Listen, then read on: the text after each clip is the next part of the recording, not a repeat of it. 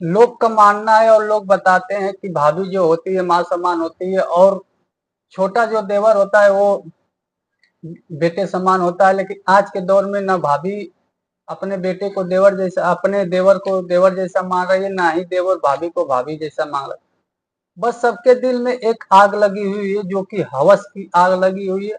कब किसको अपने हवस का शिकार कौन बना लेगा, कौन कब बन जाएगा, इसका कोई गारंटी नहीं है। आज के डेट में कोई रिश्ता का कोई महत्व नहीं है, ना ही कोई रिश्ता बचा है, चाहे माँ बेटे का हो, चाहे भाई भाई का, भाई बहन का हो, चाहे चाचा और भतीजी का हो, चाहे देवर भाभी का हो। कोई भी रिश्ता अगर आप न्यूज उठाकर देख लोगे तो आपको साफ सुथरा नहीं मिलेगा। सब रिश्ते में दाग लगी हुई है। इसी हवस के कारण आज फिर एक परिवार बर्बाद हो जाता है। आइए आपको जो मैं आज की सच्ची घटना सुना रहा हूँ। आज की जो सच्ची घटना है वो बिहार की है।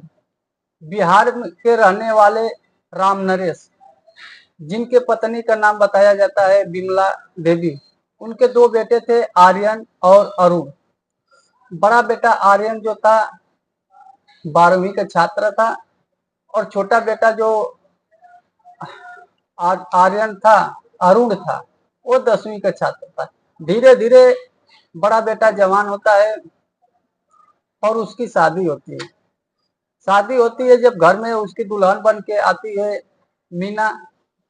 बहुत खूब हंसी खुशी से परिवार चल रहा था और बीत रहा था। धीरे धीरे जब 2-3 साल बीतता है तो जो उनके पिताजी थे अमन के, बोलते हैं बेटा अगर तुम कमाने नहीं जाओगे, हम लोग का भी शरीर पुरान हो गया, हम लोग भी अच्छे से काम नहीं कर पाते हैं, तो घर का खर्चा कैसे चलेगा। अब अमन जो है चला जाता है कमाने के लिए, और उसका छोटा भाई और माँ बाप और उसकी औरत जो है घर पे रहते हैं, और घर पे ही रह के अपना सब कुछ करते हैं। छोटा भाई जो था उसका पढ़ाई कर रहा था। एक दिन जो है कि वो छोटा भाई पढ़ रहा था, और उसकी भाभी जो है उसके रूम में ही झाड़ू लगा रही थी।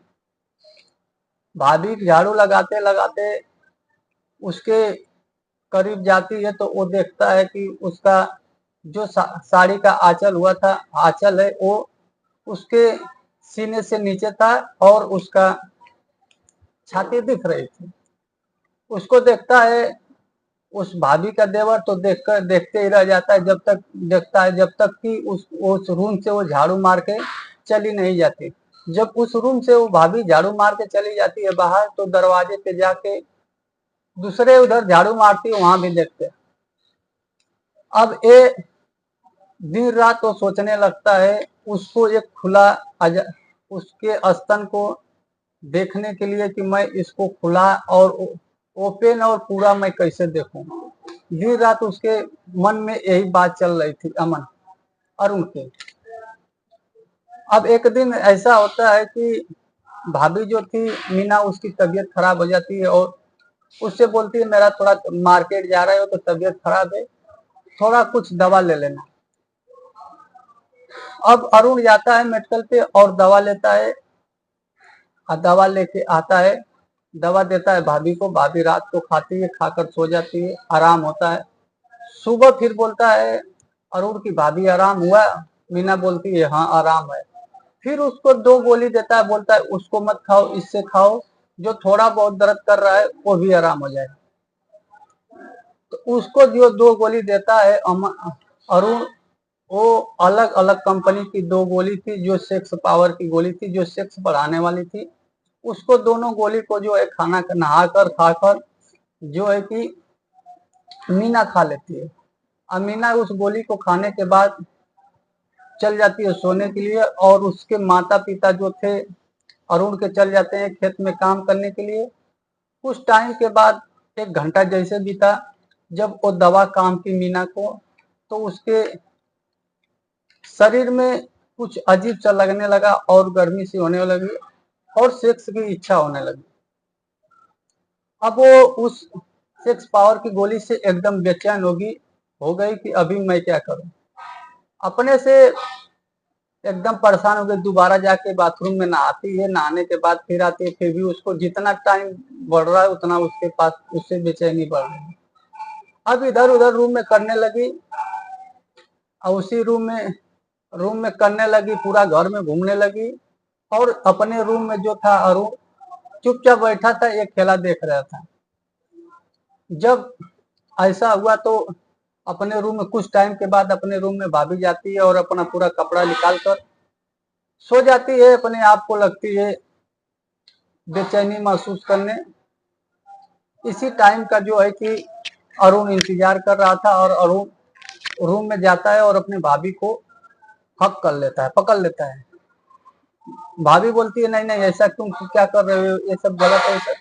वो सोचता भाभी मैं जानता हूँ कि तुम्हें इसी चीज की जरूरत है, तुम इसीलिए बेचैन हो, तुम मैं जो कर रहा हूँ वो करने दे। यहाँ तक बताया जाता है कि भाभी के भी दिल में वही था कि कोई मुझे आके संतुष्ट करे, मेरी हवस की आग, मेरे जिस्म की आग को ठंडा करे। अब जो है कि अमन 18 साल का नहीं, अरुण 18 साल के उम्र में अपने भाभी के साथ नाजायज संबंध बना लेता है, और उसके साथ रिलेशन बना 2 से 3 घंटा तक उसके साथ रिलेशन बनाता है, और जब जाके थोड़ा उसको आराम होता है, उसकी इच्छा पूरी होती है उस भाभी की मीना की, तब जाके उसको बोलती है अभी चले जाओ, अभी इस चीज की मुझे जरूरत नहीं। अब ऐसे करके दोनों घर में ज्यादा करके अकेले ही रहते थे, माता पिता तो काम पर, अभी न दिन और न रात, उनका जब इच्छा होता था एक दूसरे के साथ संबंध बना लेते थे। उसमें कोई फर्क नहीं था, न कोई बोलने वाला था, क्योंकि ये मामला घर का था, किसी को पता नहीं था। अब कुछ दिन बाद जो है कि अमन परदेश से घर आने वाला था, और अपने बीवी मीना को फोन कर दिया कि मैं दशहरा में घर आ रहा हूँ।